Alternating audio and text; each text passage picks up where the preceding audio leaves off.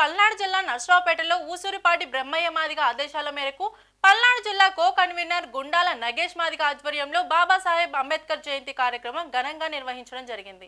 ఈ కార్యక్రమంలో సుబ్బు మాదిగ మాట్లాడుతూ ఈ దేశ పాలకులకు హెచ్చరికలు జారీ చేస్తూ కనీసం 150 సార్లు రాజ్యాంగాన్ని అమెండ్మెంట్ ఎవరి కోసం చేశారో సమాధానం చెప్పాలని, ఈ దేశంలో ఉన్నటువంటి పేద ప్రజల కోసమా ఉన్నత వర్గాల కోసమా చెప్పాలని, ఒకవేళ పేద ప్రజల కోసం చేస్తే ఇంకా ఈ దేశంలో ఆకలి చావులు ఎందుకు ఉంటున్నాయని సుబ్బు మాదిగ మండిపడ్డారు।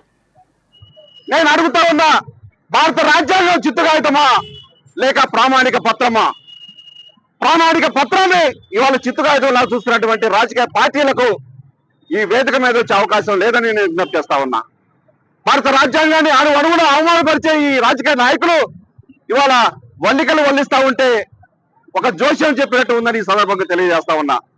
అదేవిధంగా ఈ రోజు ఈ వేదికగా రాష్ట్ర ప్రభుత్వాన్ని డిమాండ్ చేస్తా ఉన్నాం।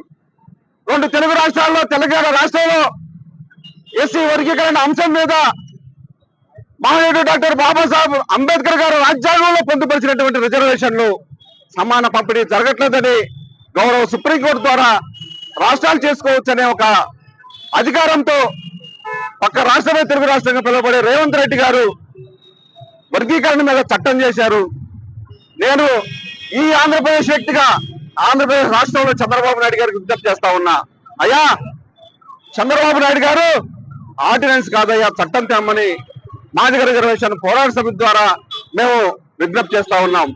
ఎప్పుడైతే ఆ చట్టం తెస్తారో ఆ చట్టం తెచ్చినటువంటి దళిత గిరిజన వర్గాలకు, దళితుల్లో ఉండబడే 59 కులాలకు నిజంగా అంబేద్కర్ ఘనమైన నివాళులు అర్పిస్తామని ఈ రోజు ఈ సందర్భంగా తెలియజేస్తూ, మరోసారి నాకు ఈ అవకాశం కల్పించినటువంటి ఎంఆర్పిఎస్ శ్రేణులకు అంబేద్కర్ గారి 135వ